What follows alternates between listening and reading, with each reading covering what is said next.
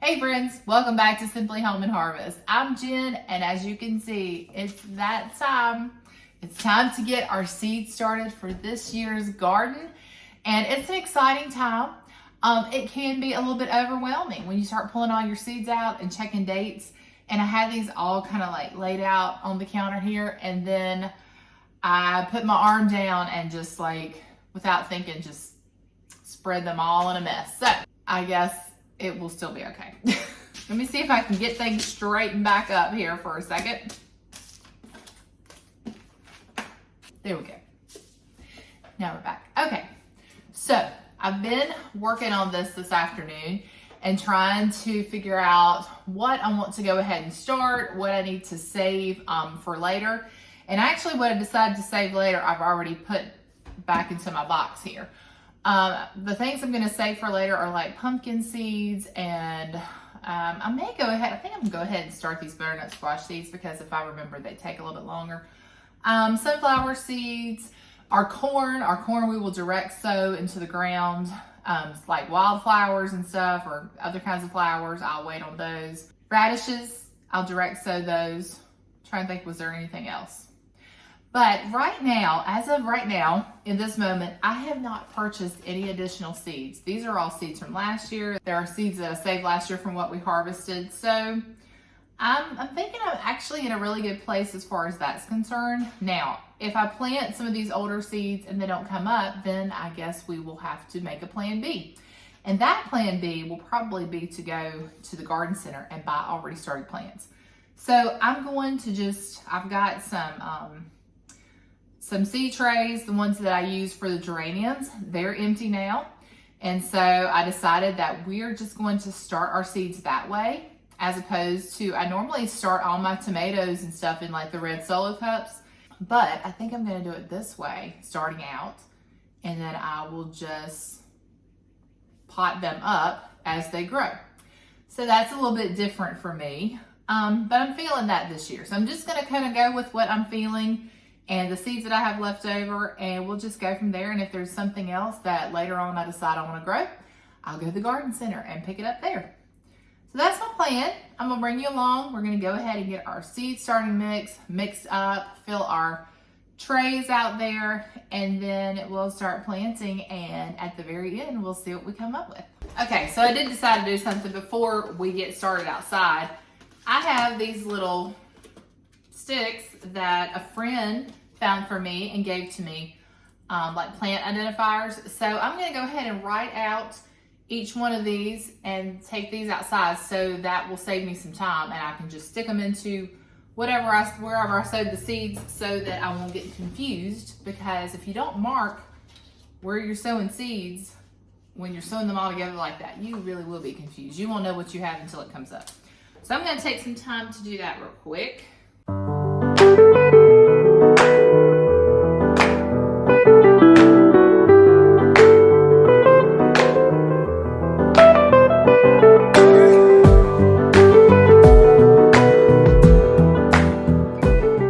First thing we're gonna do is go ahead and get our seed starting mix into our tub here, and I'm using mostly the Jiffy seed starting mix. I did have some left over from last year that I went ahead and put in here, and we're going to get all of that pre-moistened, just basically going to get it from its state of being very dry to just a little bit of moisture in it. You don't want it to be like water running out of it, but you want to give it a little moisture so your seeds will be off to a good start. So that's our first step.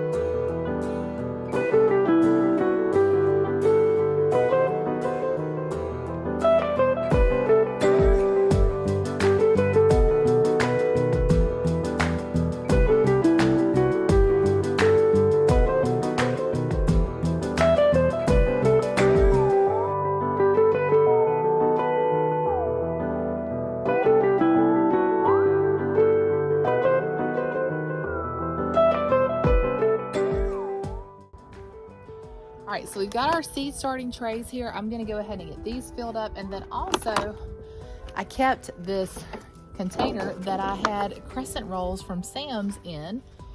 And so I just punched some holes in the bottom, and we're gonna use this and see if we can get some extra starts in here. First time I've ever done this as well. So we'll see if it works. I thought since it has a lid, it could act as our dome and maybe encourage a quicker germination. So that is the plan.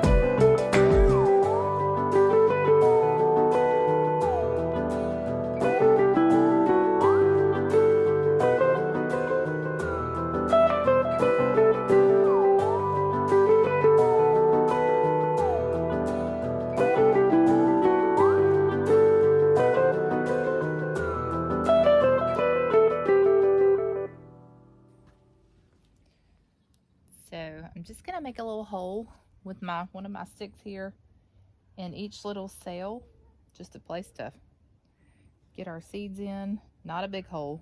I could just stick my finger down in here like this. Just an indentation really is all we're doing. Just so we make sure we get a seed in each cell, because the seeds are so tiny that I want to make sure they drop in somewhere. And then we'll just cover it back up. So really you're doing about probably like 1/8 of an inch, if that, just down in the soil a little bit.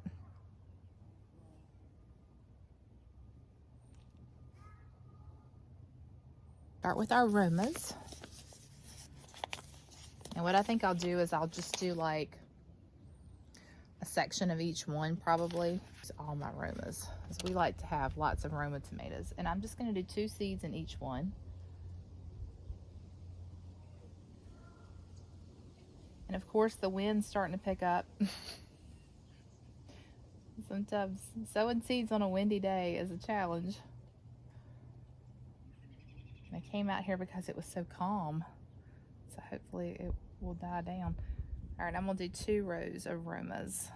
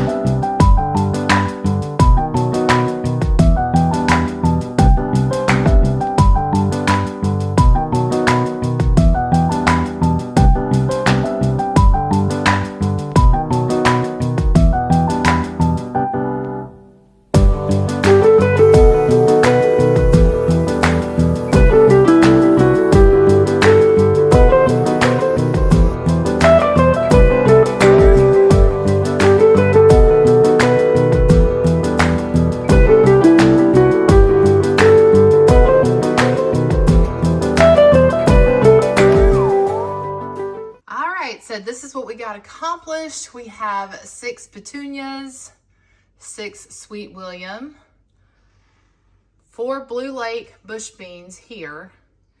And then this is our tray of tomato plants. I've got 2 rows, so that's 8 sales of Roma tomatoes, 4 of the Homestead, 4 of the beefsteak. And then down below, I've got my delicious tomatoes, 4 of those. And then here are my cucumbers. I just did 4 Wisconsin cucumbers, which are more of like the pickling cucumbers, 2 of the Space Masters, which are your longer, I call those eating cucumbers. And then the muncher cucumbers are like a snack cucumber. I did 2 of those because I really don't want to plant too many cucumbers, just because we still have a lot of pickles left. And then the purple bell peppers, that is an experiment this year. I actually saved the seeds from some purple bell peppers that I bought from a local gardener. So we'll just see if they are good seeds and will produce this year. And then over here, I've got 2 yellow squash, 2 rosemary, a row of broccoli, so that's 4 broccoli plants, 4 more Bush Lake beans. I thought if I start the beans inside, they might have a better chance outside because last year I had a hard time getting them to sprout in the ground. So that is my thought process there. And then for okra, I just wanted to try something to see what it would be like to start okra inside, although starting them in the ground worked for me. So I've never had a problem with that, but I thought, you know what? I got the seeds, I got the space, let's just give it a try. Okay, and then in our crescent roll box, I've got a couple of rows of lettuce here, a row of celery, some basil, and then butternut squash, and a complete experiment here, but I'm already loving it because look at that moisture that's going to gather inside of this dome and create its own little greenhouse. I am actually debating on whether or not I need to keep it in my greenhouse window. I wonder if I covered it up and sat it outside like against the house, how it would do.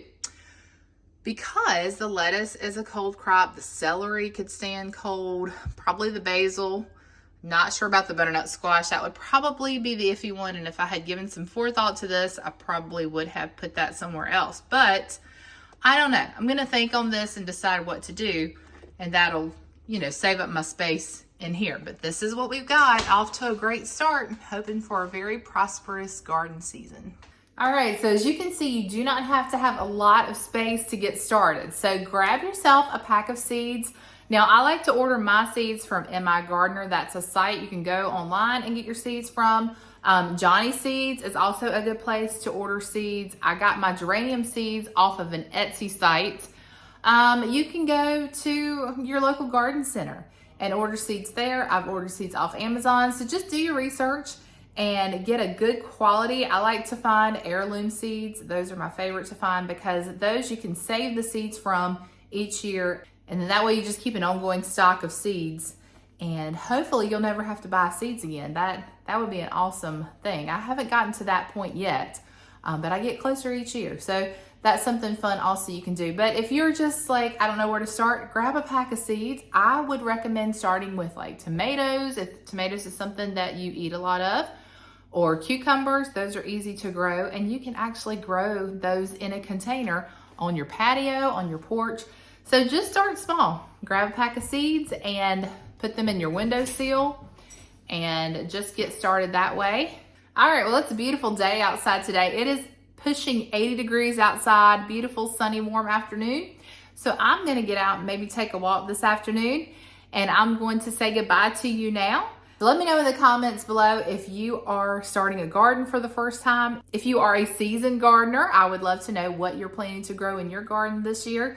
So definitely keep me posted on all that. So that's all for today. Until next time, remember to live simply, use what you have, and enjoy the moments you've been given. I will see you all in the next one. So here's a look at our seed starting progress. Still no petunias, but we've got some little Sweet William flowers popping up there, or blooms rather, not blooms, sprouts. And we have this Blue Lake bush bean sprout just showing off. It's the only one up so far. Probably gonna have to do something with that. But look at our tomatoes. Just about every one of them has produced a couple of sprouts in each cell. They look so good. Our cucumbers are coming along. Excited about those. And then our little makeshift atrium greenhouse here. You can see we've got lettuce sprouts, no celery yet. Basil is up, and we've got one butternut squash. And then to round it out, we've got some okra starting to poke through and broccoli looking pretty good. So all in all, good success so far. I'm excited to see what this is going to look like in the next couple of weeks.